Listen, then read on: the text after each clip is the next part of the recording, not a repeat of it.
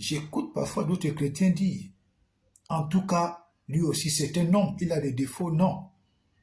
Quand tu es déjà appelé au ministère, tu dois tout faire, tu dois te battre, tu dois pleurer devant le Seigneur, tu dois implorer la force du Saint-Esprit pour te délivrer de ces failles, de ces défauts qui finissent par devenir des scandales pour l'Église. Jésus ne t'appelle pas pour que tu sois un scandale. Il t'appelle pour que tu te perfectionnes et que tu sois un modèle.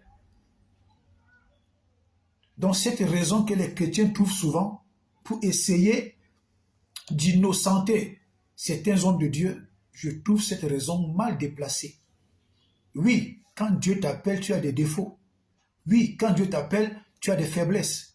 Maintenant, dans le service de Dieu, en tant que conducteur, en tant que leader, tu te dois, ce n'est pas une supplication, c'est une obligation, tu te dois d'être un modèle.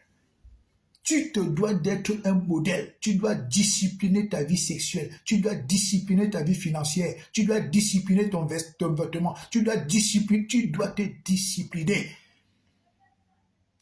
C'est une obligation et non une supplication. Quand on se tient pour être un leader, on doit être un exemple. Rien à faire. Rien à faire. Jésus-Christ nous a laissé une œuvre extrêmement spirituelle. Je vous dis, toute la parole du Seigneur est très spirituelle. Les messages de Jésus, ce sont des petits mots, des petites phrases, mais quand tu les médites, tu comprends la profondeur spirituelle de tout ce qui sortait de la bouche de Jésus.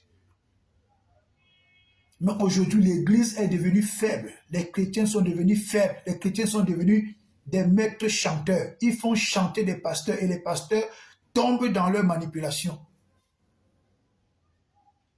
Parce qu'on ne forme pas de disciples. Oui, on ne forme pas de disciples.